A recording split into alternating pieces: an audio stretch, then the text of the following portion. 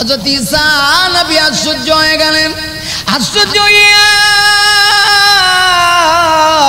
ঈসা নবী জিজ্ঞাসা করেন, তুমি যদি নূহের বংশধর হয়ে থাকো, নূহ নবীর সন্তান হয়ে থাকো, তাহলে তোমার এই অবস্থা কেন? তোমার চুল দাড়ি পেকে গেছে। ওই নবীর বংশধরের লোকদের তো চুল দাড়ি পাকে নাই, ওরা তো খুব বেশি হৃষ্টপুষ্ট ছিল, একদম টটপুকে যুবক থাকতো, এদের চেহারা খুব স্মার্ট থাকতো। অথচ তোমার চুল দাড়ি পেকে গেছে। শুধু চুল দাড়ি পেকেছে তা না, তোমার চামড়া কুঁচকে গেছে। এমনকি ঈসা নবী তাকায় দেখতেছে ওই লোকটার মাথা থেকে টপ টপ করে গাম ঝরতেছে। আমার ভাইয়েরা আশ্চর্য হয়ে গেলেন। এবার ঈসা নবী যখন এই প্রশ্ন করেছে, এমনিতেই সাম ইবনে নূহ জবাব দেয়া কয়, শোনেন, আপনি যা বলেছেন সত্য, কিন্তু আমি কিভাবে আপনাকে চিনতে পারলাম? এর কারণ কি আপনি জানেননি? আপনার প্রশ্নের জবাব আমি দিচ্ছি। এর আগে আমি যে আপনাকে চিনতে পারছি, এটার কারণ কি? আপনার মনের ভিতরে প্রশ্ন জেগেছে, আমি আপনাকে কেমনে চিনলাম? আপনি কি আমার কথা বিশ্বাস করেন না? ঈসা নবী, আজ থেকে প্রায় 1000 বছর আগে আমার মৃত্যু হয়েছে, আজরাইলের সঙ্গে আমার সাক্ষাৎ হয়েছে।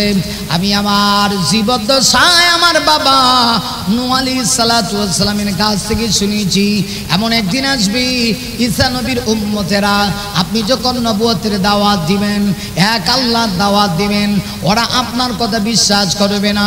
সর্বশেষ আপনার গোত্রের মানুষেরা আপনার কাছে আপনার করবে। আপনি যেন একজন মৃত মানুষকে গুরুস্থান থেকে আপনি জিন্দা করে ওঠান। এই লোকটা আর কেউ না, আমার বাবা বলেছেন আমাকে আপনি বলবেন। বহু আগে থেকে আমাকে আমার বাবা জানিয়ে দিয়েছেন। তাই তো কবর থেকে যখন আপনি বলেছেন কুম বিইذনিল্লাহ, আল্লাহর হুকুমে তুমি দাঁড়ায় যাও, যেই মুহূর্তে কবর থেকে আল্লাহর হুকুমে আপনি আমাকে অর্ডার করলেন, আমি যখন জিন্দা হয়ে দাঁড়াইলাম, দাঁড়ানোর পরে আমি আপনার চেহারা দেখে বুঝতে পেরেছি আপনি আর কেউ হবেন না, আপনি আল্লাহর পয়গম্বর, আপনি ঈসা আলাইহিস সালামই হবেন। যেহেতু আমার বাবা আগে থেকে আমাকে জানিয়ে দিয়েছেন। এবার শুনুন, 2 নাম্বার, আপনি যে আমাকে প্রশ্ন করেছেন আমার চুল দাড়ি কেন পেকে গেল, ঈসা আলাইহিস সালাতু ওয়াস সালাম তিনি আশ্চর্য হয়ে গেলেন। তিনি বলেন, তোমার চুল দাড়ি কেমনে পাকলো? এই যে আপনি আমাকে প্রশ্ন করেছেন। সাম জবাব দেয়া কয়, এই চুল দাড়ি পাকার কারণ হলো আমি যখন আজরাইলকে দেখেছি, আজরাইলকে দেখার পরে আজরাইলের চেহারা দেখি আমার অবস্থা আমি ঠিক রাখতে পারি নাই, আমার চুল দাড়ি সব পেকে গেছে। আজরাইলের ভয়ঙ্কর চেহারা দেখে আমার চুল দাড়ি শুধু পেকেছে তা না, আমার চেহারার ভিতরে বার্ধক্য চলে এসেছে। হযরত ঈসা আলাইহিস সালাতু ওয়াস সালাম বললেন, আচ্ছা বুঝলাম, তাহলে তোমার মাথা থেকে টপ টপ টপ টপ করে কেন গাম বের হয়ে পড়তেছে? এমনিতেই সাম ইবনে নূহ ডাক দেয়া কয়, ঈসা, তাহলে এবার সেটাও শুনুন। আজরাইল যখন আমার জান কবজ করার জন্য আজ থেকে প্রায় 1000 বছর আগে, কোনো বর্ণায় এসেছে 2000 বছর আগে তার কাছে আজরাইল এসেছে। সাম ইবনে নূহ ডাক দিয়া কয়, ও ঈসা আলাইহিস সালাতু ওয়াস সালাম, শুনেন গো, আমার সামনে যখন আজরাইল এসেছে, আজরাইল আমার সামনে এসে জান কবজ করার জন্য আমার গায়ের মধ্যে যখন হাত রেখেছে, হাত রাখার সাথে সাথে আমার রুহটা চতুর্দিকে দৌড়াদৌড়ি শুরু করে দিয়েছে। একবার মাথার দিকে যায়, একবার পায়ের দিকে যায়, একবার বিভিন্ন দিকে ছোটাছুটি করে। ওই যে আজরাইলের হাত রাখার কারণে আজরাইলকে দেখি আমার ভিতরে একটা কাঁপুনি সৃষ্টি হয়েছে। ওই কাঁপুনি সৃষ্টি হওয়ার সাথে সাথে আমার শরীর যে ঘেমেছিল, ওই যে আমার ঘাম বের হইতে শুরু হয়েছে, এখনো পর্যন্ত মাথা থেকে টপ টপ করে ঘাম পড়তে আসে। এই অবস্থায় আপনি তো আমাকে আল্লাহর হুকুমে জিন্দা করলেন। হযরত ঈসা আলাইহিস সালাতু ওয়াস সালাম আশ্চর্য হয়ে গেলেন, হায় হায়, মৃত্যুর যন্ত্রণা কত কঠিন হতে পারে। আজরাইলকে দেখে যদি এত শক্তিশালী মানুষের অবস্থা হয়, চেহারার পরিবর্তন হয়ে যায়। পয়গম্বর নূহের সন্তানের যদি এই অবস্থা হয়, না জানি মানুষের কেমন অবস্থা হবে। ভাইরা আমার একটু চিন্তা করা দরকার। এজন্যই তো আল্লাহর পয়গম্বর আপনারা আমার নবী বিশ্বনবী রাহমাতুল লিল আলামিনের ইন্তেকালের সময় যখন চলে আসলো, মালাকুল মউত আজরাইল আপনার আমার নবী বিশ্বনবী রাহমাতুল লিল আলামিনের জান কবজ করার জন্য, আপনার আমার নবী বিশ্বনবীজির রূহ কবজ করার জন্য যখন বুকের মধ্যে হাত দিয়েছে, এমনিতেই নবীজি ডাক দিয়া বলেন, আজরাইল রে, ও আজরাইল, আমার তো মনে হচ্ছে উহুদ পাহাড়টা যেন আমার বুকের ভিতরে চাপিয়ে দেওয়া হয়েছে। আল্লাহর নবী বিশ্বনবীজি রাহমাতুল লিল আলামিন ডাক দিয়ে বলেন, আজরাইল, মনে হয় যেন উহুদ পাহাড়টা আমার বুকের উপরে রেখে দেওয়া হয়েছে। আমার ভাইরা, হযরত আজরাইল আলাইহিস সালাতু ওয়াস সালাম জবাব দিয়ে বলেন, ইয়া রাসূলুল্লাহ, ইয়া হাবিবাল্লাহ, না না না, আপনাকে এত সহজে জান কবজ করা হচ্ছে, এই পৃথিবীতে এত সহজে আর কাউকে জান কবজ করা হবে না, সবচেয়ে সহজে আপনার জান কবজ করা হচ্ছে। নবীজি তখন হাউমাউ করে কেঁদে দিলেন। আমার ভাইরা, আল্লাহ নবীজি ডাক দিয়ে বলেন, আজরাইল, এই যদি হয় আমার, তাহলে আমার উম্মতের অবস্থা কি হতে পারে। ভাইরা আমার, হযরত আজরাইল আলাইহিস সালাতু ওয়াস সালাম নবীকে ডাক দিয়ে বলে, ইয়া রাসূলুল্লাহ, ইয়া হাবিবাল্লাহ, ওগো নবীজি, আপনি কোনো টেনশন করবেন না, আপনার উম্মতের ভিতর থেকে যারা ইমানদার হবে, মুমিন হবে, মুমিন বান্দাদের জান এমন ভাবে কবজ করা হবে, একটা সন্তান পৃথিবীতে ভূমিষ্ঠ হওয়ার পরে নবজাতক শিশু যেমন তার মায়ের স্তনে মুখ লাগায়া দুধ খায়, দুধ খাওয়া অবস্থায় সন্তান যেমন টের পায় না, ঠিক তদ্রূপ ভাবে একজন ইমানদারের জান কবজ করা হবে, মনে হবে সে যেন তার মায়ের স্তনে দুধ পান করতে আসে। এমনই হালতে একজন ইমানদারের জান কবজ করা হবে। এত আসানের সহিত, এত সহজ অবস্থায় মুমিন বান্দার জান কবজ করা হবে। আর যদি বেঈমান হয়, বেঈমানের সঙ্গে আজরাইলের সাক্ষাৎ ভিন্নরূপ হবে। যদি বেঈমান হয় গো, বেঈমানের সামনে আজরাইলের চেহারা বড় ভয়ঙ্কর হবে, এমন ভয়ঙ্কর হবে আজরাইলের চেহারা দেখি এত বেশি ভয় পেয়ে যাবে। আজরাইলকে ডেকে বলবে, ও মালাকুল মউত আজরাইল, আমাকে কোন রকম দেখো, আমাকে মৃত্যুর হাত থেকে বাঁচানো যায় কিনা, আমাকে কোন রকম বাঁচানো যায় কিনা, আমার জানটা কোন রকম রেখে যাওয়া যায় কিনা। আজরাইল ডেকে বলবে, না না না, এই সুযোগ আর নাই, এখন আর এই সুযোগ দেওয়া হবে না, এই ব্যবস্থা নেই। লাআল্লি আ'মালু সালিহান ফীমা তারাকতু কাল্লা। আজরাইলের ভয়ঙ্কর চেহারা দেখে মৃত্যুর সময় আজরাইল যখন তার সামনে হাজির হবে, সে বলবে, আমাকে আর একটা বার সুযোগ দাও, আমার আমলে অনেক ত্রুটি ছিল, আমি আমলগুলি ঠিক করে চলে আসব, আরেকটা বার আমাকে সুযোগ দাও। আমার বডি থেকে রূহটা বের করে নিয়ে যাবে না। আজরাইল কিন্তু তখন তাকে ছাড় দেবে না। আজরাইল কাউকে চিনবে না। আজরাইলের সঙ্গে কোনো সুদের ব্যবস্থা নাই, ঘুষের ব্যবস্থা নাই, না আজরাইলকে টাকা দিয়া, আজরাইলকে পয়সা দিয়া, দান সম্পদ দিয়া, এমনকি তাফসীরে কিতাবের ভিতরে লেখছি কিছু মানুষ এমন আছে বলবে, আমাকে নিও না, আমার সম্পদ যা আছে সব নিয়ে যাও। এরপরও আজরাইল তাকে ছাড় দিবে না। তাও যদি না হয়, আমার মা বাবা আত্মীয় স্বজনের যত সম্পদ আছে সব নিয়ে যাও, তাও আজরাইল ছাড় দিবে না। এরপরেও আজরাইলের হাত থেকে যখন বাঁচতে পারবে না, সর্বশেষ বলবে, এই পৃথিবীতে যত সম্পদ আছে সব নিয়ে যাও, এরপরেও তুমি আমার জান কবজ করে নিয়ে যাও না। আজরাইল ডেকে বলবে, না না না, এটা আল্লাহর হুকুম, এক সেকেন্ড এদিক সেদিক করা হবে না। আল্লাহ রাব্বুল আলামিন পবিত্র কোরআনের ভিতরে বলেন, ইদা জা আজালুহুম লা ইস্তাখিরুনা সাআতাও ওয়া লা ইস্তাকদিমুন।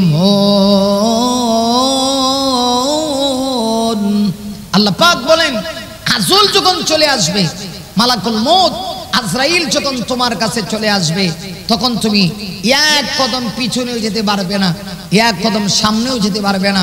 যেই অবস্থায় আছো এই অবস্থাতেই তোমার জান কবজ করা হবে। মালাকুল মউত তোমাকে খাতির করবে না। দুনিয়াতে সুদ দিয়া মানুষ অনেক বিপদ থেকে বেঁচে যায়। ঘুষ দেওয়ার সিস্টেম আছে, অফিসে গিয়ে ঘুষ দেয়। আজরাইলকে সুদ ঘুষ কিচ্ছু খায়? আজরাইলকে কোনো টাকা পয়সা দেওয়ার কোনো সিস্টেম নেই। আপনার আমার হায়াত যখন শেষ হয়ে যাবে, আজল যখন চলে আসবে, আমি যে অবস্থায় আছি এই অবস্থাতেই আমাকে মৃত্যুবরণ করতে হবে, মৃত্যুর স্বাদ দিতে হবে। আমি এক কদম নড়াচড়া করতে পারবো না, সামনেও যেতে পারবো না, পিছনেও যেতে পারবো না। মালাকুল মউত আমার জানটা কবজ করে নিয়ে যাবে। ভাইরা আমার, এই জন্যই তো আমি যে আয়াতি কারিমা আপনাদের সামনে তেলাওয়াত করেছি, ওই আয়াতের ভিতরে আল্লাহ বলেন, কুল্লু নাফসিন যায়িকাতুল মাউত। আল্লাহ বলেন দুনিয়ার প্রত্যেকটা প্রাণীকেই মৃত্যুর স্বাদ গ্রহণ করতে হবে। ইচ্ছায় হোক অনিচ্ছায় হোক, প্রতিটা প্রাণীকে মৃত্যুর স্বাদ নিতে হবে। শুধুমাত্র মৃত্যুবরণ করলে শেষ না। সূরা মুদ্দাথিরের 37 নম্বর আয়াত কারিমা আপনাদের সামনে তেলাওয়াত করেছি। ওই আয়াতের ভিতরে আল্লাহ পাক রব্বুল আলামিন বলেন, কুল্লু নাফসিন বিমা কাসাবাত রাহিনা। দুনিয়ার প্রত্যেকটা মানুষ দুনিয়াতে যে যা কামাই করেছে, যে যা উপার্জন করেছে, যে যা সঞ্চয় করেছে, এর জন্য আর কাউকে দায়ী করতে পারবে না। দেখি না, এর একটা ব্যাখ্যা হলো আয় মারউনা, এর জন্য সে নিজেই দায়ী হবে। আমার ভাইনা, এরপর আল্লাহ রাব্বুল আলামিন বলেন, ইল্লা আসহাবাল ইয়ামিন, কিন্তু যারা ডান হাতে আমলনামা পাবে হাসরের ময়দানে আমার আল্লাহ রাব্বুল আলামিন এদের ব্যাপারে ঘোষণা দিয়েছেন, ফি জান্নাত, এদের কোনো টেনশন নাই, ওরা আল্লাহ তৈরি জান্নাতের ভিতরে প্রবেশ করবে। যারা ডান হাতে আমলনামা পাবে হাসরের ময়দানে এদের কোনো টেনশন নেই, এরা ডাইরেক্ট আল্লাহ তৈরি জান্নাতের ভিতরে প্রবেশ করবে। তাহলে ডান হাতে আমলনামা যারা পাবে এরা যাবে জান্নাতে, আর যারা পিঠের পশ্চাৎ দিক দিয়ে আমলনামা পাবে এরা যাবে জাহান্নামে। এই যে দুইটা দল হয়ে গেল, একদল জান্নাতি আর একদল জাহান্নামী। জুড়ে বলেন কয় দল? দুই দল, একদল জান্নাতি আর একদল জাহান্নামী। ভাইরা, দুই দল হয়ে গেল, একদল জান্নাতি আর একদল জাহান্নামী। একটা পর্যায়ে ওই জান্নাত জাহান্নামের মাঝখানে একটা গোপন পর্দা থাকবে। আল্লাহ রাব্বুল আলামিন জান্নাত জাহান্নামের মাঝখানে এই গোপন পর্দাটা আল্লাহ পাক সরায় দিবেন। সরায় দেওয়ার পরে জান্নাতীরা জান্নাতে থেকে থেকে জাহান্নামীদের সঙ্গে কথা বলবে। কথাগুলি কি হবে? আল্লাহ রাব্বুল আলামিন সেই কথাগুলি কোরআনের ভিতরে কোট করেছেন। জান্নাতীরা জান্নাতের ভিতরে থেকে জাহান্নামীদেরকে জিজ্ঞাসা করবে, ইয়াতাসাআলুনা আনিল মুজরিমিন। জান্নাতীরা জান্নাতের ভিতরে থেকে জাহান্নামীদেরকে সওয়াল করবে, জিজ্ঞাসা করবে, ওরে পাপিষ্টের দলেরা, ওরে গুনাহগারের দলেরা, আমরা তোমাদের কাছে জানতে চাই আল্লাহ তোমাদেরকে সাকার নামক জাহান্নামে কেন দিল? যেই মুহূর্তে জান্নাতীরা জাহান্নামীদেরকে এই কথা জিজ্ঞাসা করবে, জাহান্নামীরা জাহান্নাম থেকে জবাব দেয়া বলবে, শোনো রে, আজকের কিয়ামতের কঠিন ময়দানে আল্লাহ আমাদের হিসাব নিকাশ করে আমাদেরকে জবরদস্তি করে জাহান্নামে দেয় নাই। জাহান্নামে আল্লাহ দিয়েছে, এর চারটা কারণ হয়েছে, চার কারণে আমরা জাহান্নামে এসেছি গো। এর ভিতরে একটা কারণ হলো লাম নাকু মিনাল মুসাল্লিন। না, চার কারণে আমরা জাহান্নামে এসেছি।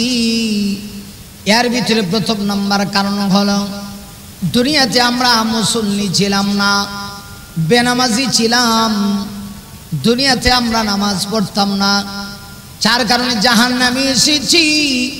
এর ভিতরে এটা হলো অন্যতম কারণ। ভাইরা আমার লক্ষ্য করে দেখুন, আজকের সমাজের ভিতরে অনেক লোক কেমন আছে যারা নামাজ পড়ে না, নামাজ না পড়লে জাহান্নামে যাওয়ার 4 কারণের অন্যতম একটা কারণ। জাহান্নামীরা বলবে 4টি কারণে আমরা জাহান্নামে এসেছি। এর ভিতরে একটি কারণ হচ্ছে দুনিয়াতে আমরা বেনামাজি ছিলাম, নামাজ পড়তাম না। আমাদের সমাজের ভিতরে এমন অনেক ইমানদার আছে, সব ঠিক আছে কিন্তু নামাজ ঠিক নেই। শুধুমাত্র বলে হুজুর আমার তো সবই ঠিক আছে, নামাজটাই তো পড়তে পারি না। ভাইরা আমার, আল্লাহ নবী বিশ্ব নবীজি রাহমাতুল লিল আলামিনের জন্য হাদিসের ভিতরে বলেছেন, as-salatu imaduddin man aqamaha faqad aqama ad-din wa man tarakaha faqad hadama ad-din। নবী বলেন, যে ব্যক্তি নামাজকে কায়েম করলো সে যেন দ্বীনকে প্রতিষ্ঠা করলো, আর যে ব্যক্তি নামাজ ছেড়ে দিল সে যেন পুরা দ্বীনকে বিনষ্ট করে দিল। ভাইরা আমার, আরেকটি হাদিসের ভিতরে আল্লাহর নবী বিশ্ব নবীজি বলেছেন, আস-সালাতু মারাজুল মুমিনিন। আমার নবী বলেন নামাজ হচ্ছে মুমিনের জন্য মেরাজ। নামাজ কি ভাই? মেরাজ। ভাইরা আমার, নামাজের হিসাব কিয়ামতের কঠিন ময়দানে আল্লাহ সর্বপ্রথম বান্দার নামাজের হিসাব নেবে। যে ব্যক্তি নামাজের হিসাব দিতে পারবে হাসরের মাঠে সে ব্যক্তি আল্লাহ রাব্বুল আলামিনের আদালত থেকে নাজাত পেয়ে যাবে, আল্লাহর হাত থেকে রেহাই পাবে। আর যে ব্যক্তি নামাজের হিসাব দিতে পারবে না কিয়ামতের দিন ধরা পড়ে যাবে। লক্ষ্য করে দেখুন সাহাবীরা নামাজের প্রতি এত গুরুত্ব দিয়েছিলেন। বিশ্ব নবীজির একজন সাহাবী নাম ছিল হযরতে আব্দুল্লাহ আল আনসারী রাদিয়াল্লাহু তাআলা আনহু।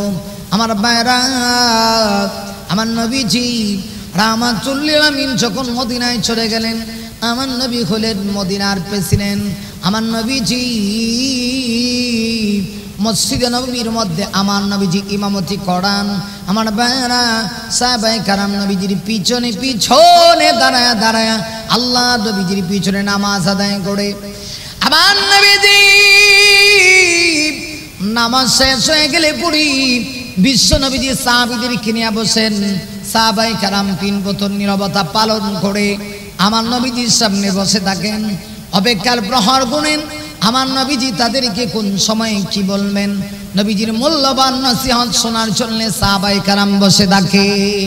সাহাবীরা আমার নবীজির সামনে বসে থাকে, কখন আমার নবীজি কি বলবেন।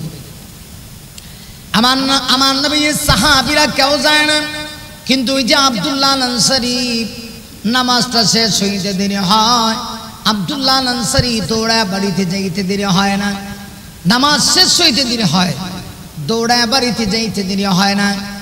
সাহাবায়ে কেরাম নবীজির কাছে অভিযোগ দায়ের করলেন, ইয়া রাসূলুল্লাহ, ইয়া হাবিবাল্লাহ, নবী গো, মনে হয় আব্দুল্লাহর ভিতরে দুনিয়ার মহাব্বত ঢুকে গেছে। ইয়া রাসূলুল্লাহ, আব্দুল্লাহ মনে হয় মুনাফিক হয়ে গেছে। আর না হয় সকল সাহাবীরা নামাজ শেষ হয়ে গেলে পরে 3 বছর নীরবতা পালন করে আপনার সামনে বসে থাকে, আর আব্দুল্লাহ দৌড়ায় বাড়িতে চলে যায়। এর কারণ কি? নবীজি অভিযোগ শুনলেন, অভিযোগটা আমলে নিলেন। কিছু সংখ্যক সাহাবীদেরকে রাসূল ডাকাইলেন। জালিল কদর সাহাবী আবু বকর, ওমর, উসমান, আলী, এরকম কিছু সম্মানিত জালিল কদর সাহাবীদেরকে ডেকে আল্লাহ রাসূল তার বাড়িতে রওনা হয়ে গেলেন। যাইতে যাইতে আমার ভাইনা একদম আব্দুল্লাহ আল আনসারীর বাড়ির কাছে চলে গেলেন। নবীজি আবু বকরকে বললেন, আবু বকর, আব্দুল্লাহকে একটু ডাকো। আবু বকর সিদ্দিককে বললেন, আগে সালাম দাও, দেখো আব্দুল্লাহ ঘরের ভিতরে আছে কিনা। হযরত আবু বকর বাইরে দাঁড়ায় সালাম দিলেন, ভিতর থেকে কোনো জবাব নাই, কোনো আওয়াজও নাই। আবু বকর বলতেছে, ইয়া রাসূলুল্লাহ, কি হইল? আপনার সাহাবী যে কোনো জবাব দিচ্ছে না। নবীজি তখন ওমরকে বলছেন, ওমর দেখো না, একটু দেখো আমার আব্দুল্লাহর কি হয়েছে, একটু সালাম দাও, ভিতর থেকে কোনো জবাব পাও কিনা। ওমরে ফারুক রাদিয়াল্লাহু তাআলা আনহু বাহিরে দাঁড়িয়ে দাঁড়িয়ে তিনিও সালাম দিলেন। কিন্তু ভেতর থেকে কোনো আওয়াজ আসতেছে না। হযরত ওমর ডাক দিয়ে বলে, ইয়া রাসূলুল্লাহ, আপনার সাহাবী আব্দুল্লাহ যে কোনো জবাব দিচ্ছে না। রাসূল বললেন, মনে হয় কোনো সমস্যায় আছে, প্রবলেম আছে। আল্লাহ রাসূল বললেন, ঠিক আছে, চলো আমরা মসজিদে নববীতে চলে যাই। পুনরায় নামাজের টাইমে আসলে পরে আমার আব্দুল্লাহ যখন আসবে, আব্দুল্লাহকে তোমরা আটকাবে, বলবে আমি নবীজি তার সঙ্গে কথা বলবো। আমার ভাইরা এই কথা বলে আমার নবীজি কয়েক কদমে গিয়ে সামনের দিকে যখন অগ্রসর হইলেন, নবীজি পিছনের দিকে তাকায় দেখেন যে আব্দুল্লাহর আওয়াজ শোনা যায়, পিছন থেকে আব্দুল্লাহ আওয়াজ দিচ্ছে। নবীজি দাঁড়িয়ে গেলেন, আব্দুল্লাহ আল্লাহ রাসূলের পাশে আসলো।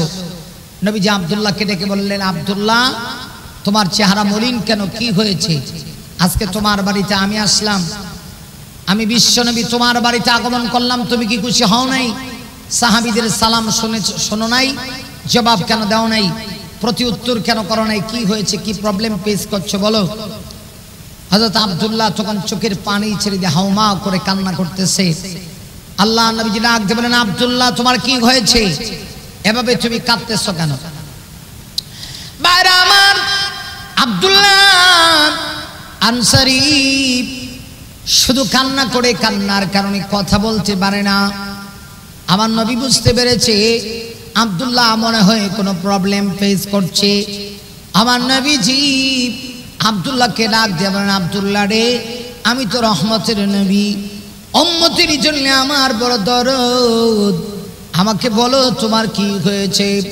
হযরত আব্দুল্লাহ আনসারী ডাক দিয়ে বলতেছে, ইয়া রাসূলুল্লাহ, ইয়া হাবিবাল্লাহ, ওগো নবীজি, আমি চেয়েছিলাম বলবো না, কিন্তু এখন আর না বলে পারছি না। আব্দুল্লাহ আনসারী ডেকে ডেকে বলতেছে, ইয়া রাসূলুল্লাহ, ভাবছিলাম বলবো না, এখন না বলে পারতেছি না। নবীজি ডেকে বলেন, আব্দুল্লাহ, তোমার কি হয়েছে একটু বলো। আব্দুল্লাহ আনসারী বলতেছে, ইয়া রাসূলুল্লাহ, আপনি জানেন ইসলাম ধর্ম গ্রহণের পূর্বে আমি একজন ধনাঢ্য ফ্যামিলির সন্তান ছিলাম।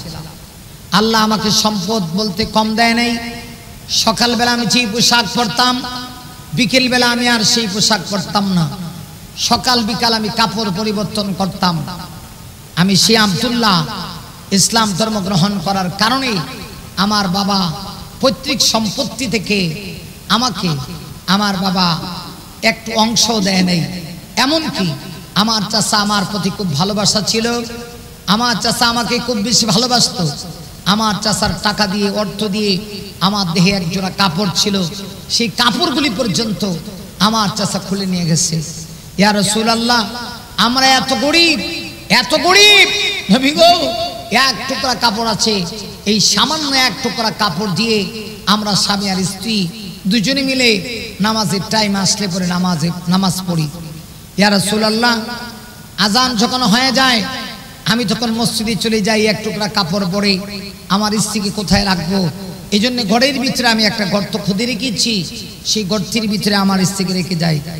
নামাজের টাইমে যখন আমি মসজিদে যাই, আমার স্ত্রী পিছন দিক থেকে বারবার বলে, অগপ্রাণের স্বামী, তুমি একাই কি নামাজ আদায় করবে, আমাকে কি নামাজ পড়ার সুযোগ দিবে না? আমি কি নামাজ পড়বো না? আমি কি তোমার সঙ্গে জান্নাতে থাকবো না? ইয়া রাসূলুল্লাহ, আমি আর কি করব স্ত্রীর কথা শুনে। তাই সকল সাহাবায়ে কেরাম আপনার পিছনে দাঁড়িয়ে দাঁড়িয়ে নামাজ পড়ে, নামাজ শেষ হয়ে গেলে পরে সাহাবায়ে কেরাম আপনার মজলিসে বসে থাকে, কিন্তু আমি তো আর বসে থাকতে পারি না। কারণ কি? এর মূল কারণ হলো এটাই, এর কারণ একটাই, সেটা হচ্ছে আমার স্ত্রী নামাজ আদায় করবে। তাই নামাজ শেষ করে আমি দৌড়ায় চলে আসি, ইয়া রাসূলুল্লাহ, আমার স্ত্রীকে নামাজ পড়ার সুযোগ দিতে হয়, এই এক টুকরা কাপড় দিয়ে স্বামী আর স্ত্রী দুজনে মিলে নামাজ আদায় করি। তাই তো নামাজের টাইম হয়ে গেলে পরে আমি আপনার পিছনে যাই নামাজ পড়ার জন্যে। সাহাবীরা আপনার সামনে বসে থাকে, আপনার জবান থেকে মূল্যবান কথাগুলি শ্রবণ করে আমারও শুনতে মনে চায়, কিন্তু আমি তো থাকতে পারি না। আমি অপারগতার কারণে চলে আসি, এই উজুরের কারণে চলে আসি। ইয়া রাসূলুল্লাহ, এজন্য মনে হয় সাহাবায়ে কেরাম আপনার কাছে অভিযোগ দায়ের করেছে। নবীজি যখন এই কথা শুনলেন, রহমতের নবী চোখের পানি ধরে রাখতে পারলেন না। আমার ভাইরা, আল্লাহর নবীজি অজর নয়নে চোখের পানি ছেড়ে দিয়ে হাউমাউ করে কাঁদতে শুরু করলেন। বাইরে আমার নবীজি শুধুমাত্র হাউমাউ করে চোখের পানি ছেড়ে দিয়ে কান্না করতেছেন তা না, আমার নবীজি ডেকে বলতেছেন আব্দুল্লাহ রে তোমার বুঝি সমস্যা, অথচ আমি জানি না। আমার নবী ঢাক দিয়ে বলেন আব্দুল্লাহ চলো তোমাকে নিয়ে মসজিদে নববীতে যেতে চাই। নবীজি আব্দুল্লাহকে নিয়ে মসজিদে নববীতে চলে গেলেন। আমার ভাইরা, আমার নবীজি মসজিদে নববীতে গিয়ে আব্দুল্লাহকে নিয়ে আমার রাসূল নামাজ শেষ করে উপস্থিত সাহাবীদের সামনে ঘটনা খুলে বললেন, আর সাহাবীদেরকে বললেন হে আমার সাহাবায়ে কারাম, তোমাদের ভিতরে এমন কি কেউ আছো আমার এই গরিব সাহাবী আব্দুল্লাহকে তোমরা কিছু হাদিয়া দিবা। আমার ভাইরা, বিশ্বনবী যে মুহূর্তে কথা বলেছেন সাহাবীদের ভিতরে কাপড় দেওয়ার হিরিক পড়ে গেছে। 4 বস্তা কাপড় রাসূলের সামনে হাদিয়া এসেছে। নবীজি খুব বেশি খুশি হয়েছেন, আব্দুল্লাহকে ওই কাপড়গুলি হাদিয়া দিয়েছেন। বরকতের হাত লাগিয়ে আমার নবীজি বললেন আব্দুল্লাহ আজকের পর থেকে আর তোমার কোনো টেনশন নাই, তোমার কোনোদিন কাপড়ের অভাব হবে না। হে আব্দুল্লাহ চলো আমি তোমাকে বাড়িতে গিয়ে দিয়ে আসতে চাই। আমার নবীজি আব্দুল্লাহর বাড়ি থেকে রওনা হইলেন। তার বাড়ির আঙ্গিনায় গিয়ে বিশ্বনবীজি তাকায় দেখেন খেজুর গাছের সঙ্গে বাড়ির সীমানায় 2টো খেজুর গাছ, এই 2টা খেজুর গাছের সঙ্গে আব্দুল্লাহর 2টা অবুজ বা হয়েছে। রাসূল বুঝতে পারলেন এই সন্তানগুলি আব্দুল্লাহর সন্তান হবে। আমার নবীজি জিজ্ঞেস করলেন আব্দুল্লাহ এরা কারা? আব্দুল্লাহ চোখের পানি ছেড়ে দিয়ে হাউমা করে কাঁদতেছে। আল্লাহ রাসূল বুঝতে পারলেন আব্দুল্লাহ মনে হয় এরা তোমার সন্তান, তাই না? আমার নবীজি যে মুহূর্তে কথা বললেন আব্দুল্লাহ ডাক দিয়া বলতেছে ইয়া রাসূলুল্লাহ ইয়া হাবিবাল্লাহ, আগো নবীজি আমি আর না বলে পারছি না নবী গো, ইয়ারা আমারই কলিজার টুকরা 2টা সন্তান, কেন বেঁধে রেখেছো? আব্দুল্লাহ ডেকে বলতেছে ইয়া রাসূলুল্লাহ অভাবের তাড়নায় মাঝে মধ্যে এমন হয় পরিবারে যখন কোনো খাবারের ব্যবস্থা করতে পারি না, আমরা কষ্ট করে কোনো রকম পানি খেয়ে 1-2টা খেজুর, আমরা এই খেজুরগুলি আমরা খেজুরের টুকরা টুকরা করে 1-2টা অংশ খেয়ে কোনো রকম জীবন যাপন করি, কিন্তু আমাদের সন্তানগুলি মুখে কি দিব? আমার পাশে এক ইহুদির বাড়ি, এই ইহুদি লোকটার এই 2টা খেজুর গাছ, মাঝে মধ্যে এই খেজুর গাছ থেকে পাকা 2-1টা খেজুর যখন ছড়ে পড়ে যায়, এই অবস্থায় আমার সন্তানগুলি সন্তানগুলি বুঝে না, ওই খেজুরগুলি খুঁড়ে নিয়ে আসে, খোঁড়ায় নিয়ে আসে। ইয়া রাসূলুল্লাহ খেজুরগুলি এনে সন্তানগুলি যখন মুখের ভিতরে উঠায় দেয় তখন আমি তাকায় দেখি পাশের বাড়ির সেই ইহুদি লোকটা এত নিষ্ঠুর নির্দয়, সে তার হাত আমার সন্তানগুলির মুখের ভিতরে ঢুকিয়ে হাতের আঙ্গুল দিয়ে খেজুরগুলি বের করে নিয়ে আসে, খেজুর আর খেজুরের বিচি।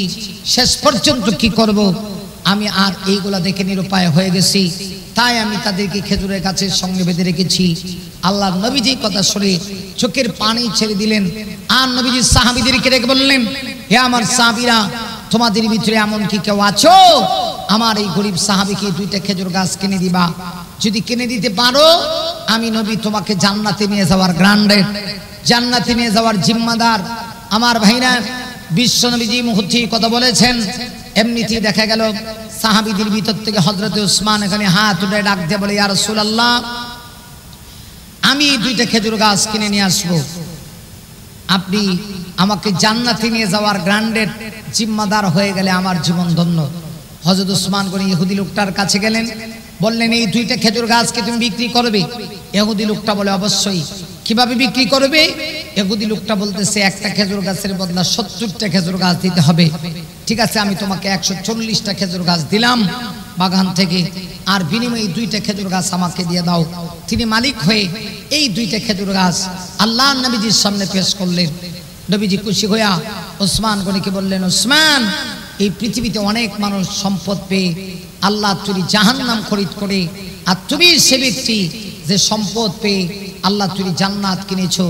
রাসূল এই 2টা খেজুর গাছের সঙ্গে মোবারক 2টা হাত লাগিয়ে আল্লাহর রাসূল ওই সাহাবীকে ডেকে বললেন সাহাবী আব্দুল্লাহ শোনো, আজকের পর থেকে তোমার রিজিকে আর কোনোদিন কমতি হবে না।